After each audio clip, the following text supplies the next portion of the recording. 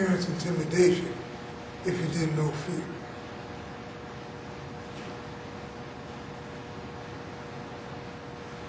So fear is an instinct that arises within human beings. And fear has evolved in humans for a reason. If you didn't fear deep water, you wouldn't respect it. If you didn't fear fire, you wouldn't respect it. If you didn't fear the dangers of the battlefield, you wouldn't respect it. But fear has grown out of proportion. In the human experience, fear has grown out of proportion. Think of the things that you fear that are only ideas. There will only be ideas. Think of that. Think of your worst nightmares, things that never happen to you, but there's always the fear. So, the fear of loss is one dominant fear. Lose your life, your health, your loved ones, your property, your resources. Think of those fears and how those fears dominate human beings, how those fears disrupt relationships.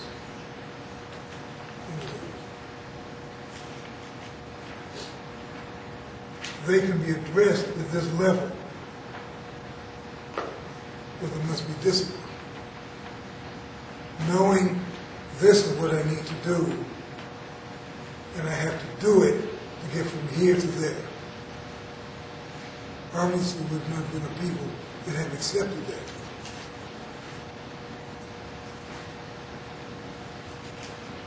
On your papers, write some of the dominant fears that you've experienced in your life.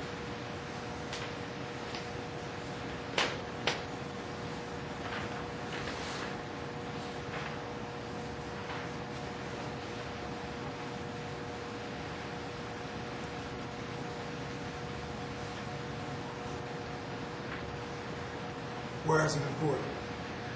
Because these fears, speaking bluntly and straightforward, cause people to act a fool.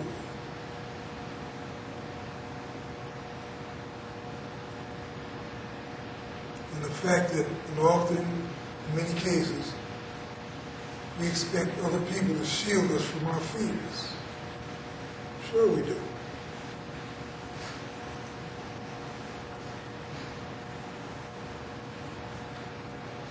In many cases, we seek mates to help shield us from our fear. We form alliances and friendships to help us shield us from our fear. Sometimes we go into various occupations to shield us from our fear, like the punk that becomes a police officer. Now he brutalizes, she brutalizes people. And not just he, she too brutalizes people. Because now I have a badge and a gun. And I have the Constitution to back me up. So then my occupation becomes a way of expressing fear by instilling it in other people, not protecting and serving. It is a positive way of seeking a profession to help shield you from fear. The fear of disease. That's why many people become doctors. Concerned of the impact that disease has on human beings. A teacher can be concerned with the dominance of ignorance. So there's a fear that ignorance will run wild in the community. So we need teachers to bring people to a point of understanding and how to focus the mind, to improve the mind through learning and improve one's chances for survival. So fear has its place. I had a sergeant tell me once the reason, and he was a very good fighter, Sergeant Rodriguez. He said, I'm a good fighter because my fear is laying on my back looking up. And I really heard that. So you see the yo boys and yo girls out here on the block. everybody's bopping, everybody's cool, don't know what. Fear. When JC said to me, his walk kept him secure. I said, bro, you walk like a Rottweiler. Yeah, man, you don't know how many people this walk has kept off of me. I said, I can imagine. Because you faking it and they faking it. So we put on a mask because we have to deal with fear, need, and desire, and we don't want to expose ourselves. So we put on a mask. I ain't afraid of that. I don't desire that. I don't need nobody. I just need me. And I ain't got no desire I can't handle. It ain't nothing. And it's everything. Deep within it's everything. You've heard me say before, unless you deal with these three, you'll never be able to use your mind in a complete way. This is the description of dysfunction on a mental level. When physical desire, emotional needs, and instinctive fear, when that dominates, you're only going to have dysfunction on this level, dysfunction. Now, you see on the mental level, I put psychic experiences. So that's one of the experiences on the fourth level. But more important than that is problem solving. Problem solving takes place on the fourth level, the mental level. That is the seat of problem solving. If you go to your teacher with a problem, and you want, I'm talking about your math teacher or social studies, whatever, and you want them to solve the problem, you are saying to them, you have the mentality that can show me how to solve the problem. So when you go to someone to solve a problem, you're asking them to use their mind, their mentality, to solve the problem. So on the fourth level, we have problem solving. Problems don't get solved when you're locked into desire and the addictions of desire. Problems don't get solved on the emotional level when you're locked into the neediness that you've not outgrown since childhood.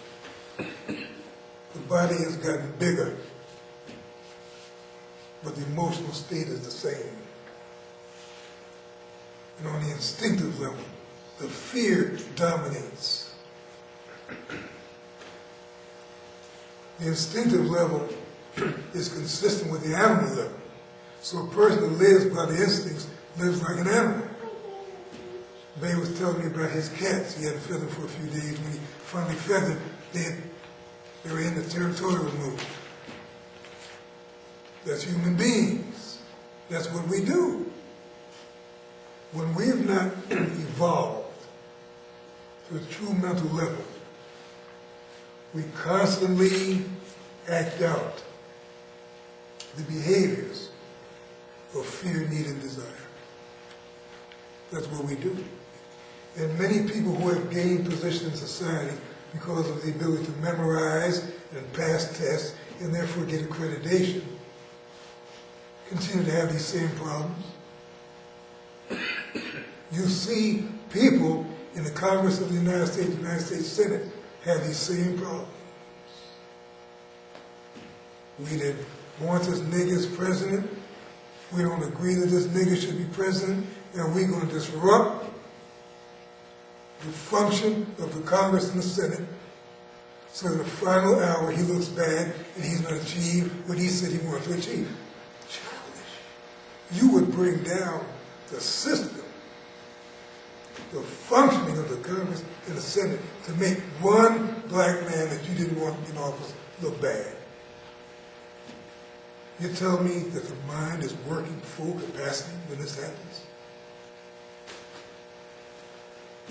This is the world in which we live. Like when we have to encounter the police up in Jersey, and the young state trooper came to the car, and he was obviously agitated because he didn't know how to handle that situation. His mind wasn't really working until he calmed down because he was in attack mode.